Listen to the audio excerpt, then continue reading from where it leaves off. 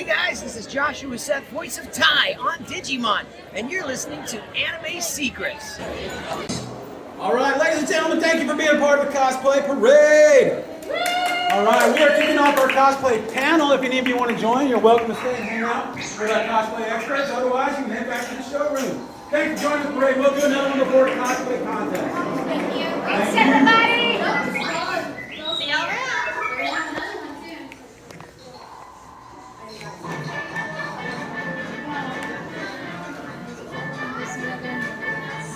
Hey, James.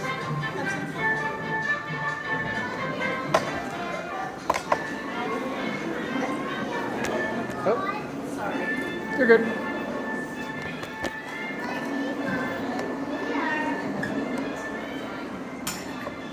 That's all right.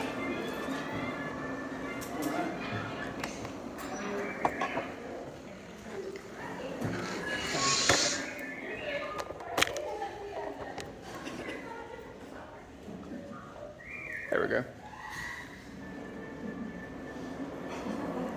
Hi everyone! Hello. Hey, welcome to Cosplay Breaking the Ice. So how many of y'all cosplay regularly? How many of you, this is your first time cosplaying? All right, well, welcome. Once you start, fair warning, it is hard to stop. I have a whole storage unit just for my costumes. I have 3 closets that are filled with cosplay. It's taking over my life. Yeah, that'll happen. My cosplay explains itself. So how many of y'all think that it's hard to cosplay? Well, we are here to tell you that anyone, yes, you, all of you can cosplay. Including the cameras. The cameras can cosplay. It's a little phone case. Exactly. I mean, they make phone cases with little cat ears now, so. Right. So, I think we should start off just by introducing ourselves, how long we've been cosplaying. How's that sound? Sounds great to me. So, my name is Alaizabel Cray Cosplay. I'm here from Denver, Colorado, and I've been cosplaying for about 10 years. Hi, I'm Ukita Cosplay. I have been cosplaying since 2017, and I am what is referred to as a closet cosplayer, because I do a little bit of buying, making, and just putting stuff together from thrift stores that I can buy. And I'm Itachi4811 cosplay. I've been cosplaying for about probably 20 plus years at this point now. But I specialize in a variety, but what I love to do is I like to teach DIY cosplays that you can find anything around your household that you can make anything look good. Like even this is just stuff that I found around the household, from crafting foam, tape, paint, and just some old toys to make a shape of an alien. That it's really not that expensive to be able to cosplay, make props, like you can do anything. So one of the first questions that I'm asked by people who want to seriously get into cosplay is, one of the questions I'm asked is, how do you decide what character to cosplay? Do you pick a character that looks like you? Do you pick a character that's a similar age or body type as you? I will say, pick whatever character you love. It's okay if you don't look like the character. That's the point of cosplay. It's supposed to be your interpretation of the character that you're bringing to life. I mean, obviously I am not a 14-year-old girl, and I do not have a perfect anime figure, and yet here I am as Sailor Moon. And she's rocking it too, ain't she? And the important part about cosplaying too is that you always just want to have fun. It's never a competition. You always want to help out your fellow cosplayers.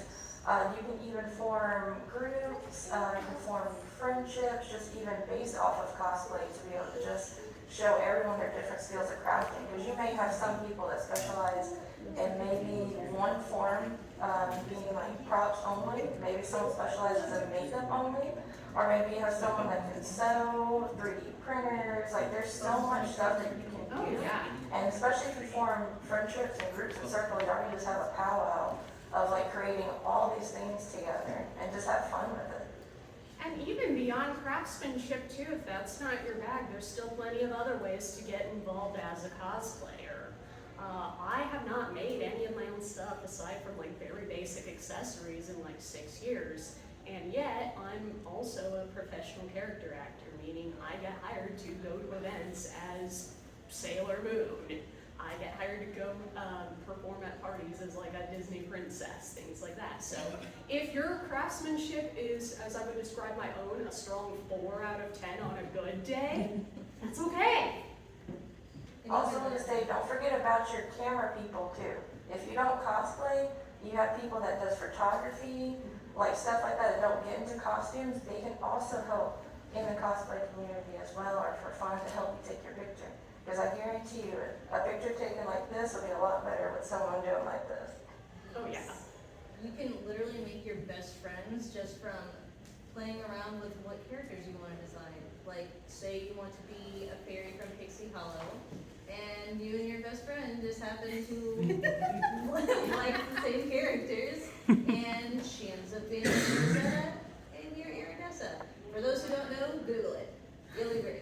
It's fine. It'll be worth your time. Yes. So you can make your best friendships from it. You can even just make any acquaintanceship. It's great.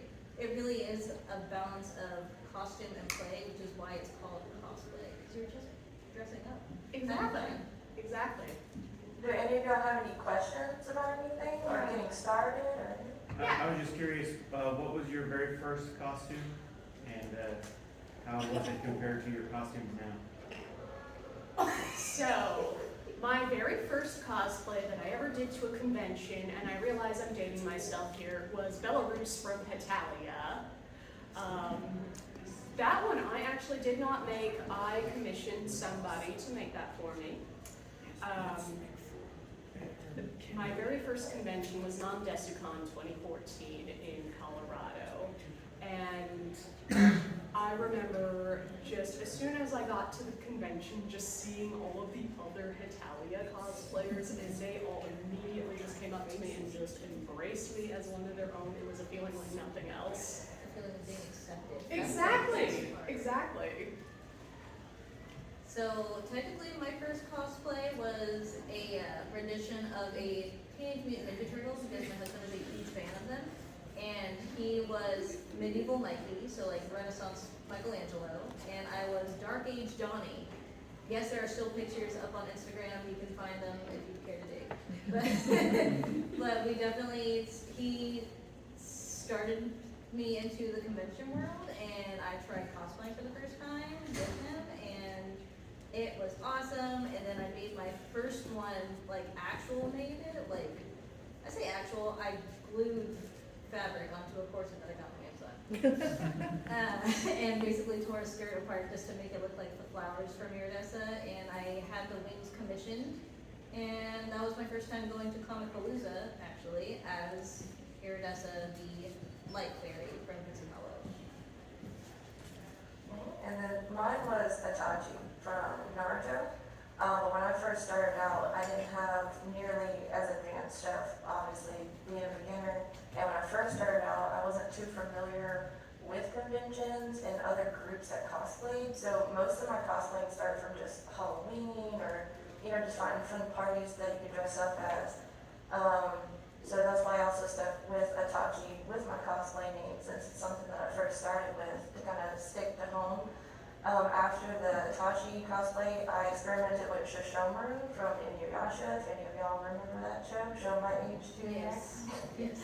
But that cosplay is where I started to then experiment with more makeup styles, accessory styles, like how far can I go with it? And then when I started to go to conventions, that's when I realized it's a whole other ballgame. There's new stuff. You can go to panels to learn things, to learn crafts. I learned a lot of prop making from doing puppetry classes, and you don't realize that a lot of the crafting you can learn from everyday stuff. Even just doing at-home crafts, a lot of DIY, like YouTubes and stuff, you can take all that knowledge and put it into making costumes and stuff, and it's actually really easy. A lot of people don't realize, like, hey, like, oh, I could have just done this instead of spending $50 on this website. I feel like that a lot. Yeah. you got for us? Any more questions? Don't be shy. You in the back? Do y'all have any stories of times you had cosplay fail moments where like Oh boy, do I ever. PTSD just played. You tested for the war stories.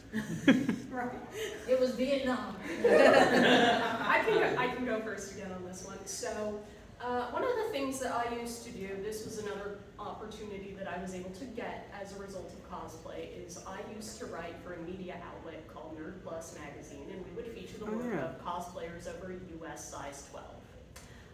And one of the things I used to do was I used to go to conventions and interview some of the voice actors and industry professionals and professional cosplayers who were at conventions. My very, very first interview, of course I was in cosplay. I don't know if any of y'all remember the game Overwatch, but I did a kimono version of May, and it's a beautiful, beautiful costume, but basically the only thing holding that kimono together is that obi wrap. Yeah, and I had only been cosplaying for 4 years at this point and was not exactly abreast of what the proper undergarments were to wear under. No pun intended. I was not exactly aware of what the appropriate undergarments were to wear under such a cosplay. And my very first interview was with the voice actor Joel McDonald, and so they had us all up in this hotel suite at all the media outlets that were there. So I'm in the suite for my interview with Joel, and there's a handful of other people there, a few other media outlets, some of the handlers, some of the convention staff are all there, and I'm sitting there doing my interview with Joel, and in the middle of the interview, unbeknownst to me, the obi wrap that was keeping my kimono on had come undone. And I was not wearing a whole lot underneath that kimono. So in the middle of my interview with Joel McDonald, I hear somebody, one of the handlers go, ma'am? And he's gesturing to me like, I'm like, what's going on? And I look down and I'm like, oh my God. So I'm just like trying to hold my kimono on like this, and I'm proceeding with the interview. And of course, Joel was a complete gentleman. He didn't even mention it.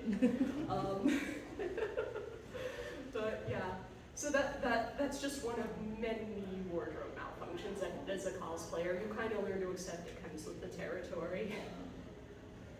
became a whole other type of content there. Huh? It almost became a whole other type of content there. Exactly. I mean, to be fair, that is an avenue you can take with cosplay, but this is a family-friendly con, so we will not be going there. So, I had just started working on the original appearance of Catwoman, and my cousin, who is Lola G. Boutique, you can also find her on Instagram. I'm guessing that I'm named her because she's amazing. And so, she helped me create the main body for Catwoman. It was great! And then she gave me the cape, and she was like, you have to sew this part on though, because this is a team effort. And I'm like, no, you are the team. I just wear it. Because I don't have the skill set required, and I kind of did just by hand sewing it, because that's all I could do. Anyways, so I was making the balaclava, or like the face mask that goes with Catwoman. Let me tell you, that thing is hard to learn to make, especially when you've never made one before. So I did the typical saran wrap your head, put the duct tape on, tried to make a pattern out of that. And then when I finally had sewn all the parts together, I put it on and I'm like, oh no, I made it too small. You could definitely see the seams from every corner because it was literally going up and down and to the sides because that's how I cut it. And I tried to attach cat ears to it because I also got some to just right on. That didn't work either. So I ended up just buying a pair of cat ear headband and just put that on and tried to make it work. Needless to say, that cosplay needs some Jesus before it comes back out again. So yeah, that was a not so great time, but it's okay because I also learned a lesson from that, and it is if you know your cosplay is not comfortable enough for you to be secure wearing it, choose something else. Because if you're not comfortable, it'll show. Yes, and for me, In my opinion, it definitely showed. But I also know what the problems were. So it's gonna get in your head. Don't let it. Just choose something else that you know you're comfortable with and you can work a character with. It's good. It's gonna be okay. So ironically that they say that comes to my story. So there's been, of course, a lot of cases, but the one that sticks to me the most was, it was many years ago, and I was experimenting doing a cyberspace Hatsune Miku type cosplay, and this was during the time I was first experimenting with like LEDs and a little bit more accessories and props than I'm used to doing, so definitely something I'm training myself outside my box to do. Unfortunately, I'm also a procrastinator, and I like to do Tomorrow. I love doing things maybe the week before a convention, whenever I already know maybe a year in advance to do or so on. So I like to think that I'm a good procrastinator, but for this case I was not. Especially learning a new skill that I wasn't too familiar with, and I was trying to like look up all these LEDs. I was trying to make this attachment belt. I'm not sure if y'all are Hatsune Miku fans. There's that cyberspace outfit that I'm talking about, where she has like the shields on the sides, the whole shields going this way, illuminating. So there was a lot of stuff going on. I also had a full bodysuit that I had done attachments like shoulder pads, like the whole 9 yards for things. And I was trying to hurry up and get this ready for a cosplay competition. And I wasn't confident in it, but this was like, I put all my investment into it. This is what I put into the contest. It was too late to step out now, like I just didn't do it at all. I'm stubborn, I'm hard-headed. I'm like, no, I got this. I just gotta keep working. All the energy drinks, stay up all night, like I got this. Unfortunately, it was a rush job. I did not feel comfortable in it at all, but I still tried to wear it to make it to the competition. So everything that started to malfunction, I knew from my skill that I needed to do a lot of things to secure it. Because I rushed it, I cut a lot of corners for it, and I paid the price for it, because by the time I arrived at the building for the convention, I'm rushing over for the interviews, them to check the craftsmanship, everything. As soon as I walked through the doors, and mind you, my wig had blown over because the weather decided to be super nasty, and the wind was Isn't that always how it happens? The wind, yeah. So my wig was already knotted up going in, and I'm trying to put my fingers, brush it out. I'm like, oh, I gotta get up to the second, third level for this interview.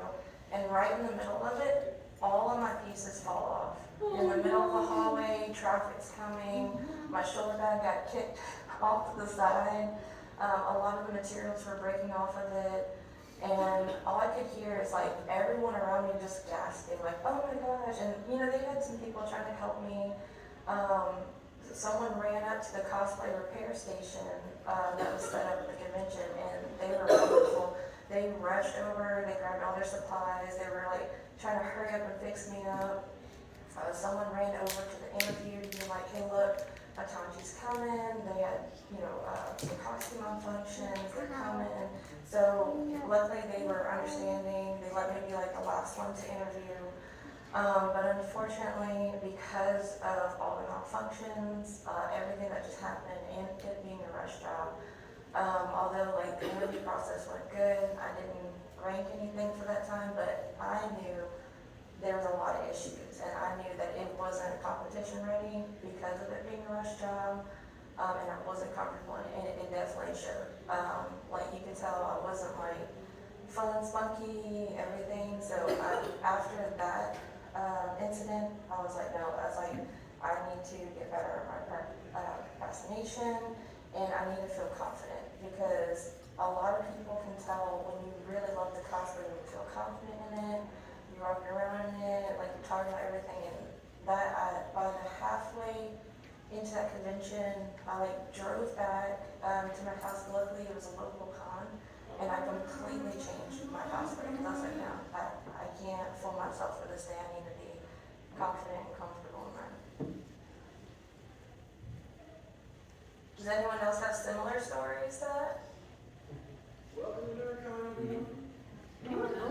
cosplay related questions. Oh, I was gonna say I had a fairy costume I made, and I had to sew the wing down to part of the costume, but I thought I could Velcro the other side. Come to find out, like every time anyone bumps your wings, which is all the time apparently, Yeah. it's like it constantly just kept flipping over towards the back of the other one, and so it eventually hit a point where I had to safety pin it, and then I can't unzip the dress if I need to like adjust anything. So Sounds like you need a handler for that. Yeah. Yeah, generally speaking, there will be times throughout your cosplay life that you may find that it's just easier to have a handler. So one time, it was before the COVID times, that's all I remember. So this was back when the anime Darling in the Franxx was super popular, and I decided to cosplay one of the robots in the show. So I had commissioned somebody who's really good with like foam work to build me like a full body mech suit out of foam. I couldn't go more than 10 feet without needing somebody's help. The foam smith that actually made me the armor had his plan was to enter it in a cosplay contest and basically have me as the model. And so yeah, it was not fun getting in or out of that because it was definitely a two-hand job. I feel that I have my Iridessa cosplay, and those wings are 3 feet long. Yes, 3 feet, as in big things, big, very big, and made out of 20 gauge wire.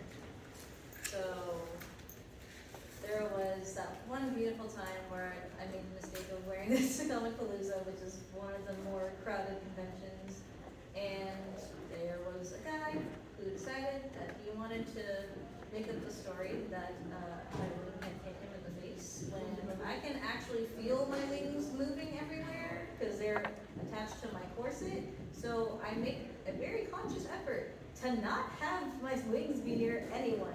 If I can be by the wall and have my wings on the wall side, I will. Just so I can avoid hurting anyone, whatever. Don't want that to happen because it's a very delicate.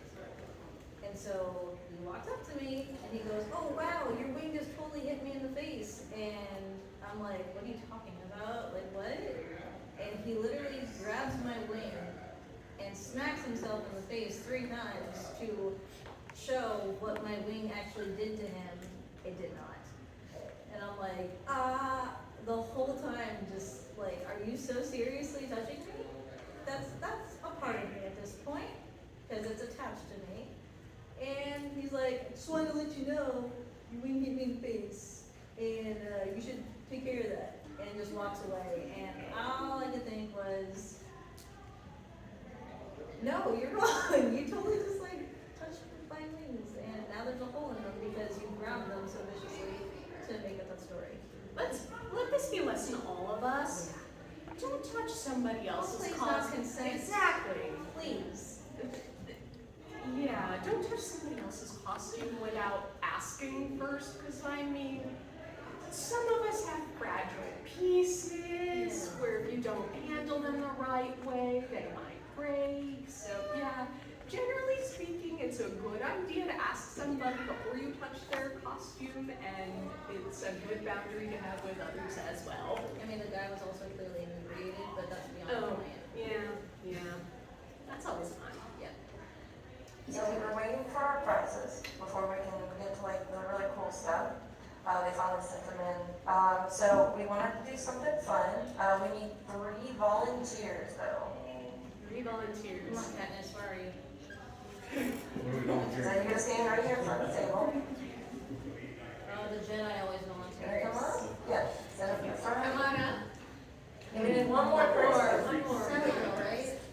All right. Come on. Okay, so we're gonna have 3 prizes.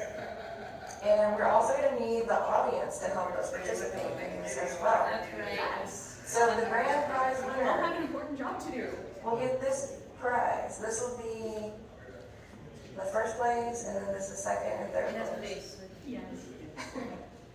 Alright, so we want to show that everything can be fun, being a different character and everything, even if it's goofing off something you're not too familiar with, it's just to have fun. So each of us will give one random popular character, and y'all will face the audience and try to impersonate that character, and the audience will vote who's the best character, and then we'll have these lovely prizes for y'all.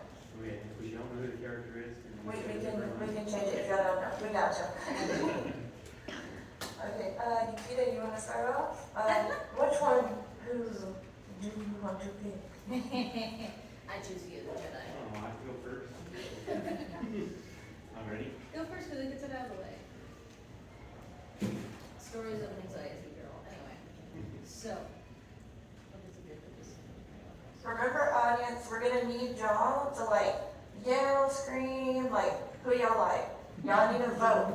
So they're all free to do their impersonations that we give them. At the end, we will ask the audience, who do y'all think the best impression is? And then that is how they will get the prizes.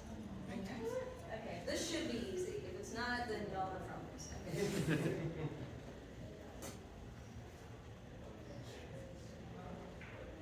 You can do it. I know you can. Okay. Yep, face them. And then they're supposed to guess Yep. who I am? Okay. Think. Oh, bother.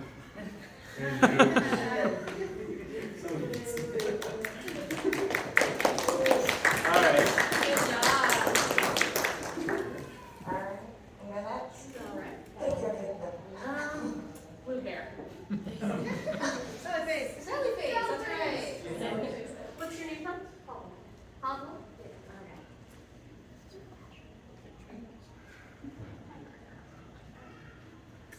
You'd be surprised when you get that. Sit right. Oh gosh. You got this. You do this all the time. I do this all the time with the script. Come on, guys. You're on that.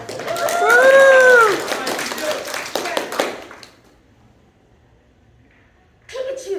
Lightning bolt! Okay, I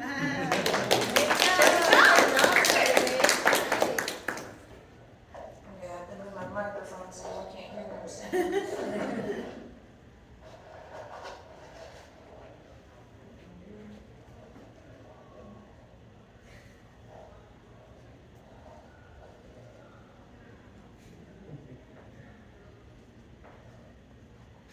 I'm not Dolores. I can't hear today.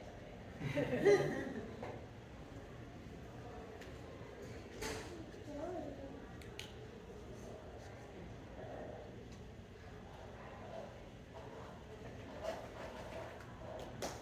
Two words.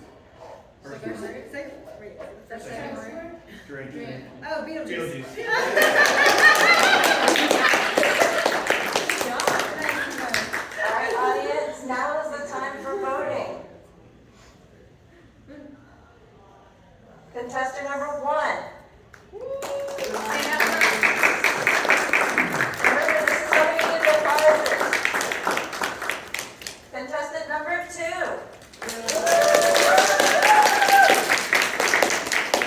And contestant number 3.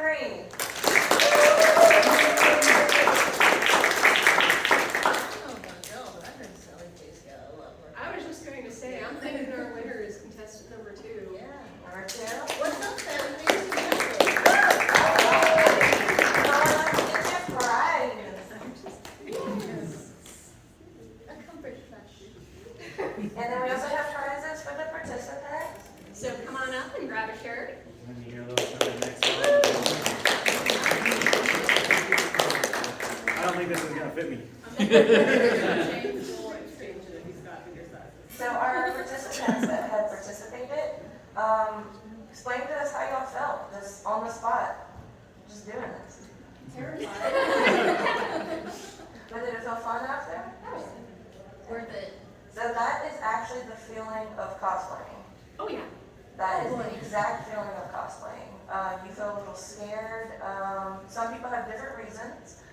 Some may feel like nervous, like, oh my gosh, like, am I gonna look good? There's gonna be so much more people that look better than me. Am I gonna look like the character? Are they not gonna care that I look like the character? Like, there's so much stuff that goes through your mind whenever you cosplay. But then whenever you get to the convention and you meet new friends, you meet other people that compliment your cosplay, other people that may be in the same fandom, you start to feel really good about it because you're stepping out of your box and you're doing something different, but it's something like a good different. You know, you're being creative to let your creativity explode. And then you feel so much better. So then that way the next convention or the next hangout that you go to, it feels so good after. And then you get excited. You're like, yeah, I can't wait for this next convention. Because all of those like feelings, it goes away. And it just keeps growing and getting better. And once you've done it for a while, you might even start to seek out characters that are nothing like you, because it's more fun to be somebody that you can't be in your day-to-day life. Like, for example, about 3 years after I got into cosplaying, one of my favorite characters that I was doing at the time was a female version of Polnareff from JoJo's Bizarre Adventure, because Polnareff is just so cocky and loud and arrogant, nothing at all like me, and that's why I love being Polnareff. I like being Raven. Because she is my polar opposite. I am a lot more like Starfire. Yet I don't have that cosplay yet.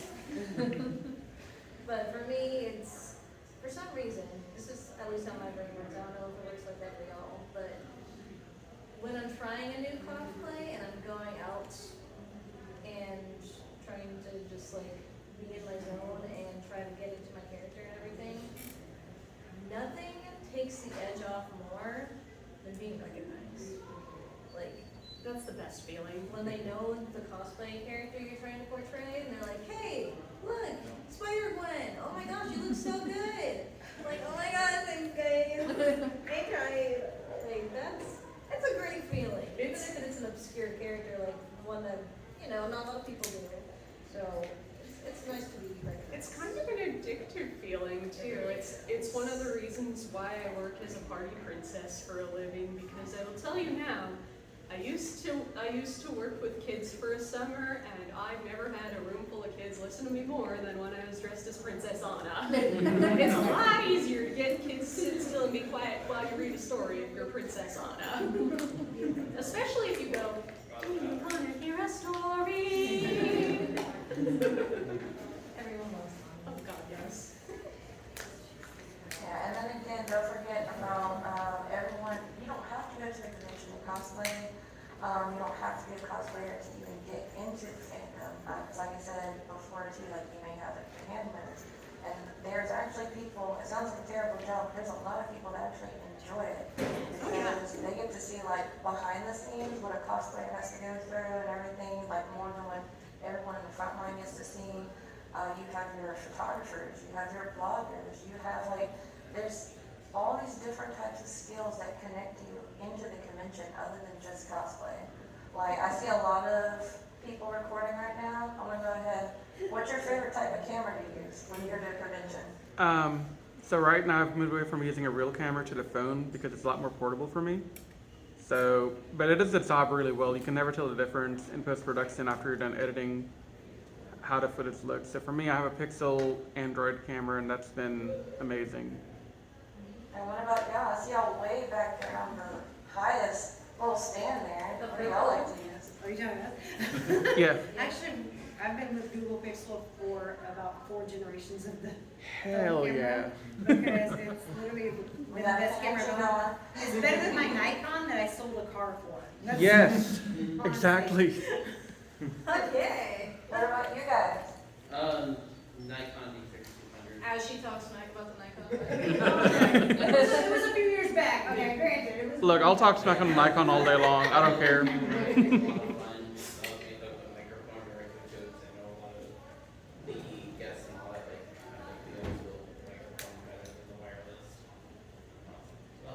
But yeah. Now for our camera people, if y'all had the money, what would be your ultimate camera to bring? Ooh, I probably had that is a very interesting question. I need more research Yeah, more research on that. Movies. because I don't know what's new anymore. I miss silent films. I mean, I love my Nikons and all that, and this is my second Nikon. I'm actually kind of saving up for a third. I got a third one on layaway at a pawn shop. But I'd probably have to say it's probably like one of the nice mirrorless cameras, like the Z8 or doesn't matter. Any brand really, either Nikon, Canon, come really down for any kind of brand camera. So Whatever works.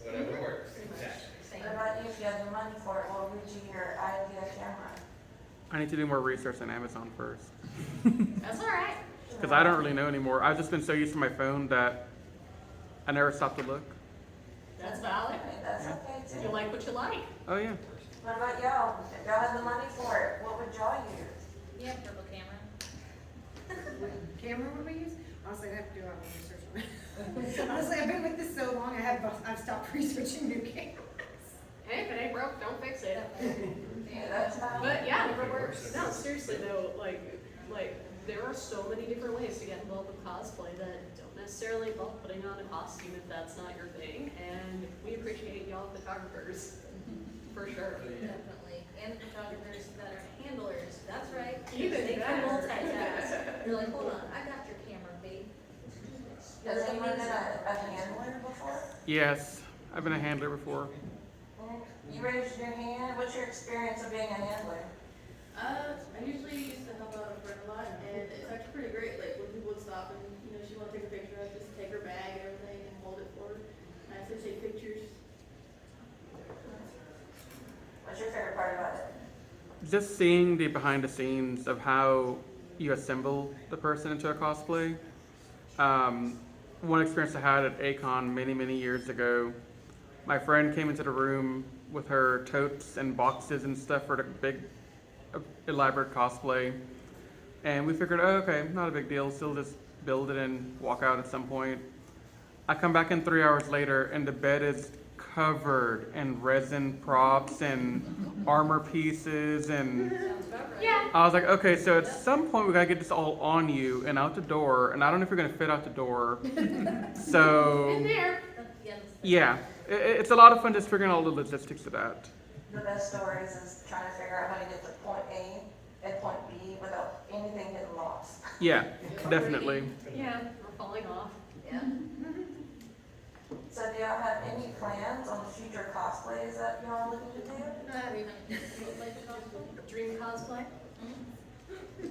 Let's hear it. Honestly, I would love to be able to at one point Yajirobe, especially if it's like a convention that Christopher Cabot's at. The plan is I want a big old like furry monkey tail tied around the belt, tied around his belt, around his kimono. Heck yeah. So I can walk up to Christopher like, so Vegeta, you miss your tail? Honestly, Uh, I've been cosplaying long enough to where I will say there's nothing more fun than cosplaying as a character from a series that a particular voice actor is in, because they get so into it. It's great, especially Christopher. He's great about that. Oh yeah, I've met Christopher a few times. Yeah, he's pretty awesome. Lovely. He's lovely. That reminds me of when I went to Phil County and I met Mauro Castillo, but who was Theo Felix from Encanto. And I was dressed as Dolores, and I was deep in my character when I saw him. So I got really excited, and I said, "Hola, papi," and I realized that I said that out loud. And my husband was with me, and he just big smile because he knew I instantly regretted doing it. So I was like, "Oh no, I said that out loud." But he had the biggest smile on his face. He goes, "Hola, Dolores," and he just said it back because he was in character. Just like I was, it's definitely a memory that I love. While we're on the subject of meeting voice actors in cosplay, one of my favorite cosplays I did for a while was I did a female version of Usopp from One Piece. Yes, I even had the big old prosthetic nose, the whole 9 yards. I went all out. All right. And Sonny Strait was supposed to be a guest at Non-DesuCon 2016. And his autograph panel filled up like that, so I couldn't get in to see him. I'm walking around NDK on Sunday of the convention as Usopp, trying to flag down a friend of mine who still owed me money for the room. And as I'm looking for him, Sonny comes up to me and he's like, "Excuse me, ma'am, I play Usopp in the English dub of One Piece. Could I get a photo with you?" And I'm like, "Pinch me, this just happened." Best feeling. Oh yeah, I still have that photo. That's awesome. Prize memory. Oh yeah. Now, we'll say the most worst feeling though about a convention is the con blues Yeah. after a convention. It's even worse if the post-con blues come with the side of con plague. So wash your hands, everybody. Let this be a brief PSA. Cough into your elbow, please. I beg Yes. of thee. Yeah. Yes. You're supposed to cough into the crook, not your hand, because that touches everything. Because cosplays by themselves really suck, but don't get cosplays on top of it. Oh, that's the worst. I can't tell you how many times I hear from Dragon Con, which is like Oh, God. every single time they have a Dragon Con. I mean, a 5-day con will do that to you. Yeah.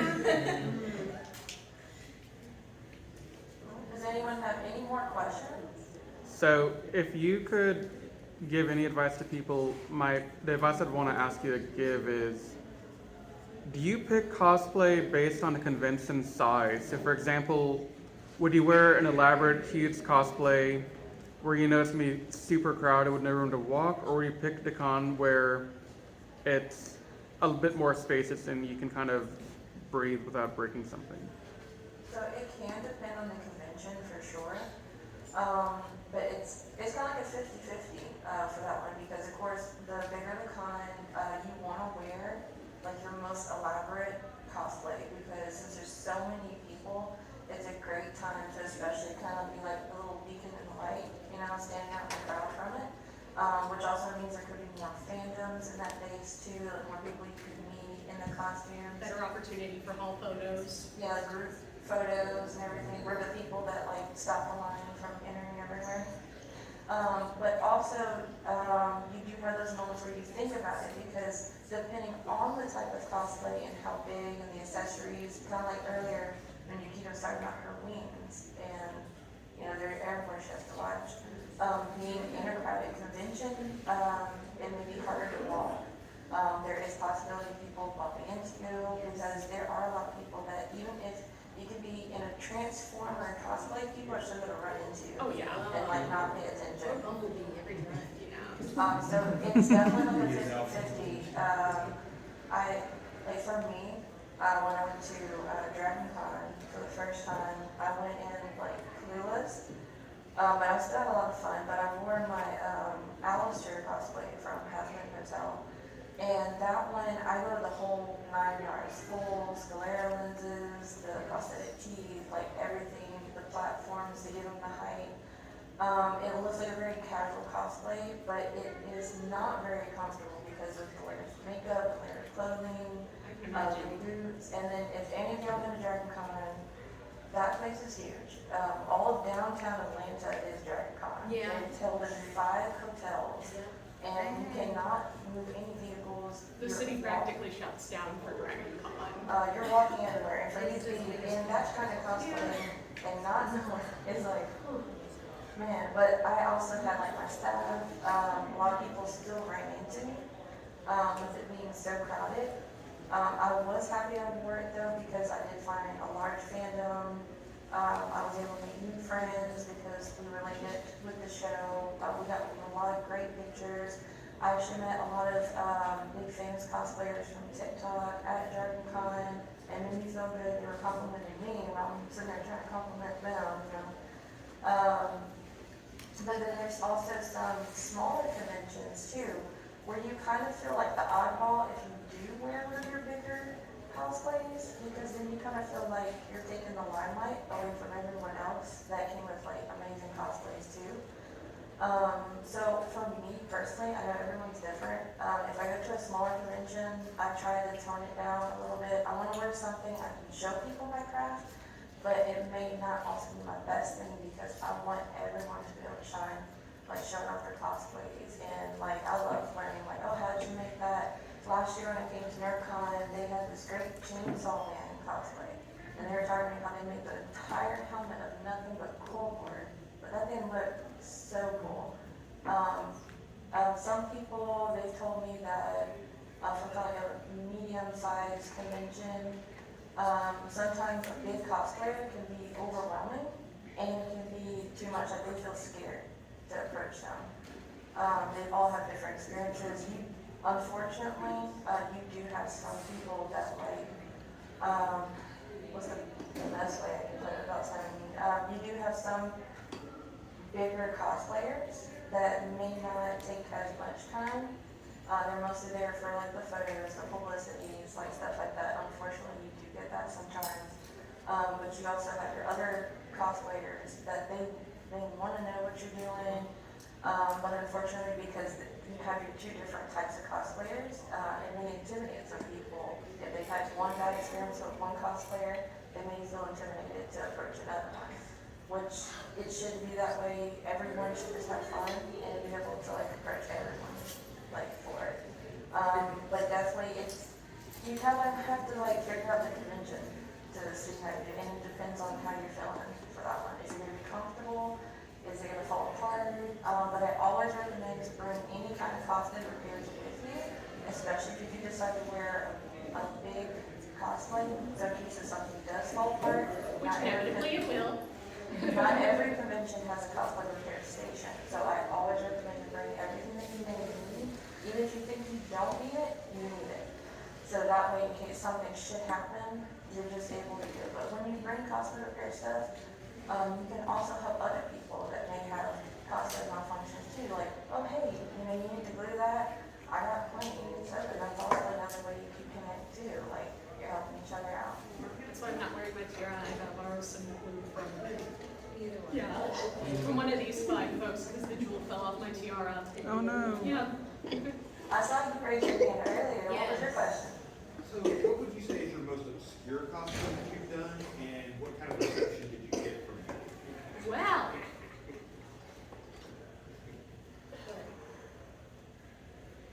I think the most obscure cosplay I've ever done was a character from a book called The Haunting of Alaizabel Cray, which is where I got my stage name from. Everybody thought I was Daenerys from Game of Thrones, because in the book, Alaizabel is described as basically being a white blonde princess. And of course, yeah, everybody thought, oh, hey, it's Daenerys. And I'm like, no. I totally understand that because I cosplayed Black Canary for the first time at Gulf Coast Toy Show. So one of my hashtags is the Toy Show cosplayer. And so I went as Black Canary and people thought I was Black Cat. I don't see resemblance at all, but I guess if it makes you happy. I met a Oregon cosplayer from Dogstalkers, and she told me everyone kept thinking she was Rouge from Sonic. Okay. I'm doing a Seal Fancified cosplay from White Color, and everyone called me, I forgot his name, but from Tokyo Ghoul. How do you mix those two up? Wow. And I don't really see CL being that obscure. Yeah. Maybe more than 10 years ago, for sure, but still. I mean, to be fair, when I go to cosplays, or when I go to cons as Snow White, I've been called every other princess. Because some people just say the first thing that pops in their mind. So as Snow White and blue and yellow, I've been called Cinderella, Alice in Wonderland, like Sleeping Beauty, literally every other princess. Understandable. And now you're Touche.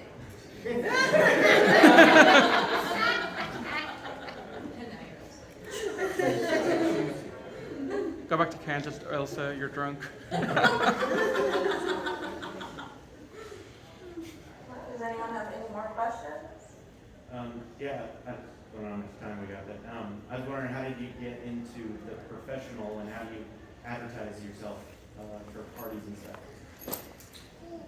Well, my story as to how I got into the professional side of things is a very, very long one. Basically, I used cosplay to essentially springboard a professional acting career. I am currently signed to a talent agency at the moment. And then how I ended up doing the parties and stuff is I go through a company called American Immersion Theater. They have a service where you can hire a Disney princess. So that's one of the ways I got into that. And then this year I decided to start doing that on a freelance basis. So you advertise on Craigslist, or? No. Indeed. I'm on LinkedIn, seriously. I do a lot of advertising on social media, and a lot of it is also word of mouth. Marketplace.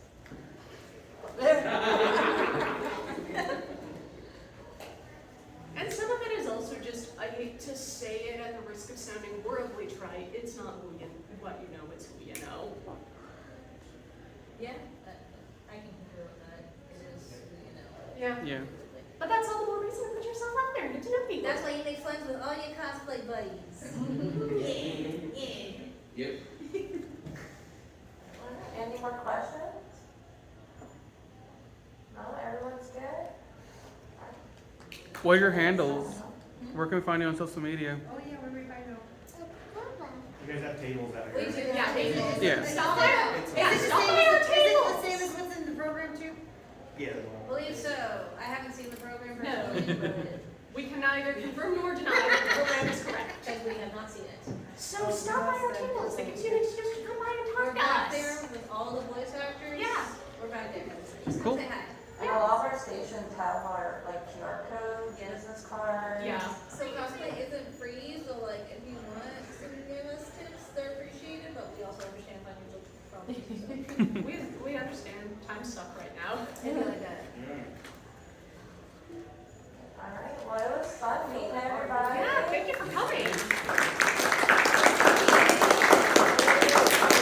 I hope everyone had fun. I hope this was knowledgeable for everyone. Also, whenever y'all get our contacts at our tables, there's always ways to contact us too through those ways. So if y'all have any more questions, y'all don't know who to ask, y'all can always send us messages on our social media, and we would be happy to answer any questions for y'all.